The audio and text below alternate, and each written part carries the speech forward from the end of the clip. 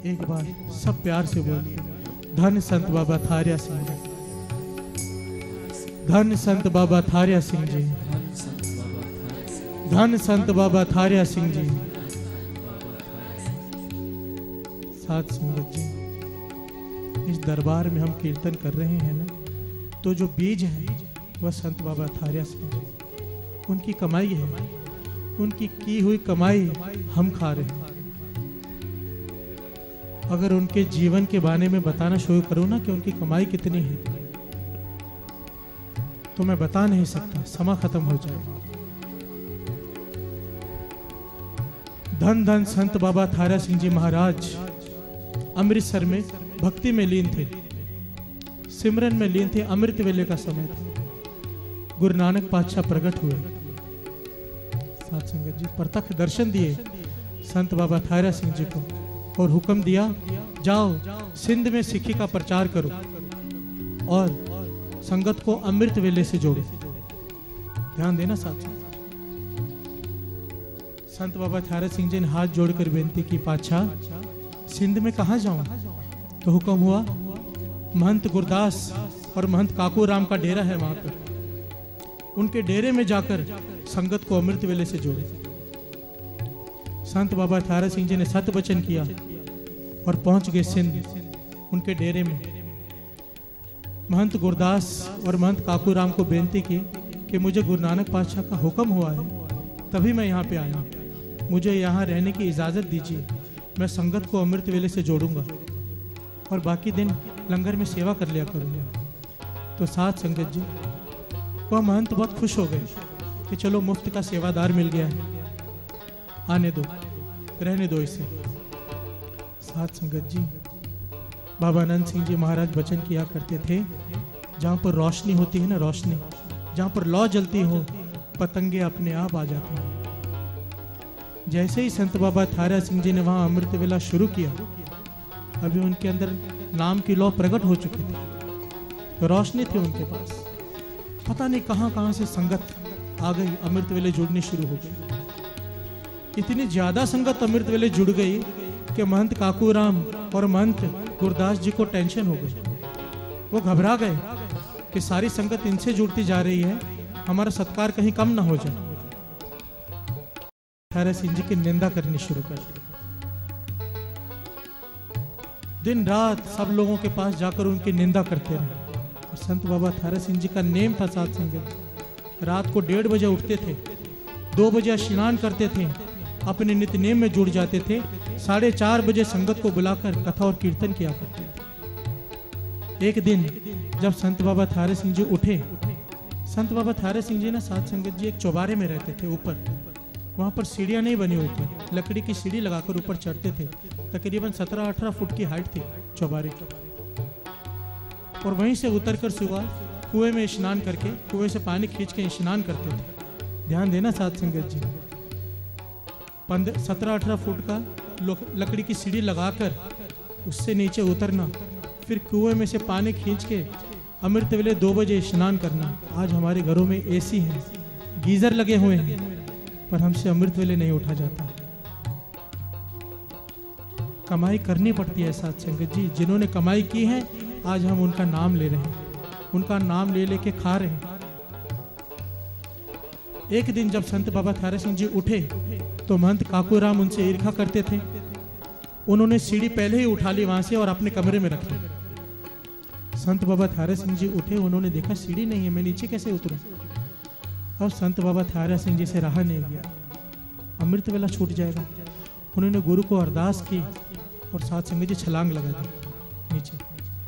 पर उनको क्या होना था साथ संगत जी, कबीर जी को पहाड़ में से नीचे फेंक दिया गया था, पागल हाथी के सामने फेंक दिया गया था, संगल बांधकर लोहे के गंगा में फेंक दिया गया था, उनका कुछ नहीं हुआ।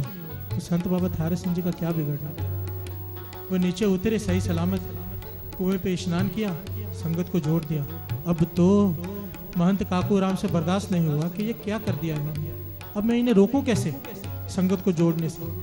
तो साथ संगत जी उन्होंने हद कर दी। उस समय बिल्ली को मारना बहुत बड़ा पाप गिना जाता था, बहुत बड़ा पाप, कि जो आदमी बिल्ली को मार दे समझो इससे बड़ा कोई पाप ही नहीं।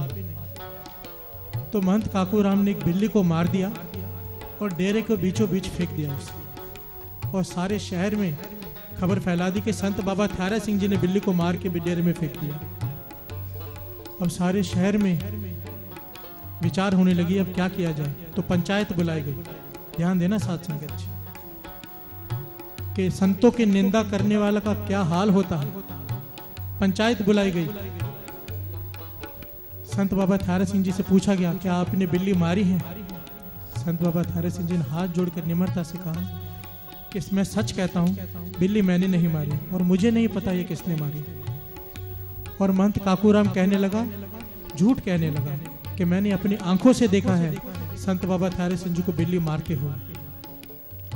अब पंचायत ने फैसला दिया कि गुरु साहब जी के ऊपर हाथ रख के जो कसम खा लेगा कि बिल्ली नहीं मारी है तो हम मान लेंगे, और काकूराम ये हाथ रख के कह दे कि बिल्ली इन्होंने मारी मैंने देखा है, तो हम काकूराम की बात मान लेंगे। साथ संगत जी संत बाबा थारा सिंह जी ने जो बात कही समझने वाली है, ध्यान देना।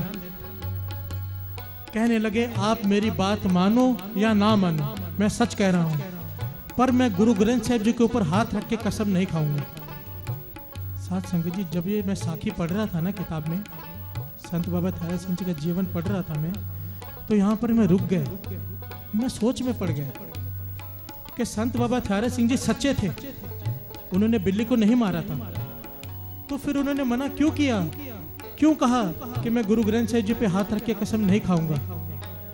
बात में बात आ गई, मन में बात आ गई, सोचने वाली बात है। जब उन्होंने मारी नहीं थी बिल्ली तो कसम खाने में हर्ज क्या था।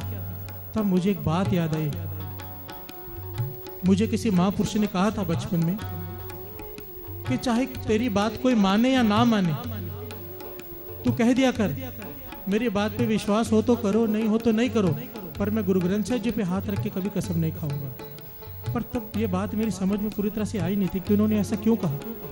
अब जब मैं ये साखी पढ़ रहा था कि संत बाबा थारा सिंह जी ने कहा कि मैंने बिल्ली नहीं मारी है, पर मैं गुरु ग्रंथ साहब जी पे हाथ रख के कसम नहीं खाऊंगा, तो एक और बात याद आ गई। नांदेड़ में एक कैलेंडर लगा हुआ है, लोगों के घरों में भी मैंने देखा है, गुरु गोविंद सिंह जी के 52 वचन, बहुत लोगों ने पढ़ा होगा। गुरु गोविंद सिंह जी जाने से पहले सिखों को 52 वचन देके गए थे। उनमें से एक वचन ये भी था कि जो आदमी कसम खाता हो उसका कभी विश्वास मत करना। अब ये तीनों बातें मिल गई। देखो हमारी सोच छोटी है, महापुरुषों की सोच और गुरु की सोच बहुत ऊंची है। साथ में जहां तक वो सोच सकते हैं हम नहीं समझ सकते। गुरु गोविंद सिंह जी ये वचन लिख के गए हैं कि कसम खाने वाला होता ही झूठा है। अगर पहचान करनी हो ना कि सामने वाला झूठ बोल रहा है सच, जो आदमी पहले कह देना कि मैं कसम खाता हूं, समझ लो वो झूठ बोल रहा है। संत बाबा थारा सिंह जी ने यह बात कह दी कि चाहे आप विश्वास करो या ना करो, मैंने बिल्ली नहीं मारी। पर महंत काकूराम ने क्या किया, निंदा की। उस निंदक ने क्या किया, गुरु साहब जी पे हाथ रख के झूठी कसम खा ली कि मैंने अपनी आंखों से संत बाबा थारा सिंह जी को बिल्ली को मारते हुए देखा। साथ संगत जी पंचों ने फैसला दे दिया कि संत बाबा थारा सिंह जी को ये डेरा छोड़कर जाना पड़ेगा। बनारस में जाकर गंगा स्नान करो, हरिद्वार में जाकर गंगा स्नान करो और गौओं को चारा खिलाओ, कभी पाप से मुक्ति मिलेगी। संत बाबा थारा सिंह जी ने हाथ जोड़कर वहीं पे अरदास की। साथ संगत जी गुरु नानक के चरणों में पंचों के सामने मन जोड़कर अरदास की, हे गुरु नानक देव, आपने मुझे यहाँ भेजा था इस डेरे में कि संगत को अमृत वेले से जोड़ो, ये लोग मुझे बाहर निकाल रहे हैं, अब आप ही बताओ मैं क्या करूं, आपके वचन की पालना कैसे करूं। साथ संगत जी चमत्कार हुआ। उसी वक्त 2 दिनों से मरी हुई बिल्ली उसी वक्त जिंदा हो गई। 2 दिनों से। महापुरुषों के लिए तो भगवान खुद आ जाते हैं। साथ संगत जी उनकी कमाई थी संत बाबा थारा सिंह जी की अमृत वेले की। 2 दिनों से मरी हुई बिल्ली जिंदा हो गई। सब सारे शहर में धन संत बाबा थारा सिंह जी, धन संत बाबा थारा सिंह जी की गूंज उठ पड़ी। अब तो महंत काकूराम शर्मो शर्म हो गया, अब मैं करूं क्या। पर उसने निंदा की थी संत बाबा थारा सिंह जी की। ऐसी हालत हो गई उसी दिन से उसकी पागलों जैसी हालत हो गई। ना रात को नींद आए, ना दिन को चैन आए, शहर में पागलों जैसा भटकता फिरे। एक दिन अपने आप से तंग आकर उसने अपने गले में फांसी का फंदा लगा के खुदकुशी कर ली। साथ गुरबाणी कहती है, पंचम पातशाह फरमाते में सुखमनी साहिब जी में, संत का निंदक महा अतताई, संत का निंदक खिन टिकन न पाई, संत का निंदक महा हत्यारा, संत का निंदक परमेश्वर मारा। साथ संगत जी सारी पंक्ति पढ़ो तो रोंगटे खड़े हो जाते हैं। आम आदमी की निंदा करने के लिए भी मना किया गया है, और हम संतों की निंदा कर दें, कभी नहीं बख्शे जाएंगे। साथ संगत जी सच कहता हूं, पहले भी दास ने आपसे कहा है, पता है निंदा क्यों होती है? महापुरुष कहते थे निंदा के पीछे दो कारण होते हैं। एक तो कान रस, हमें बड़ा आनंद आता है, चार लोग मिलके बैठ जाते हैं और जो वहां नहीं होता उसकी बातें लेके निंदा कर करके रस लेते हैं, हमें पता ही नहीं हम अनजाने में क्या कर रहे हैं। और दूसरा होता है निंदा करने का मकसद किसी दूसरे को किसी की आंखों के आगे गिराना, किसी की नजरों में गिराना और खुद ऊपर उठना। ये घोर निंदा है साथ, इससे बचें, ये परहेज करें, नहीं तो दवाई फायदा नहीं करेगी।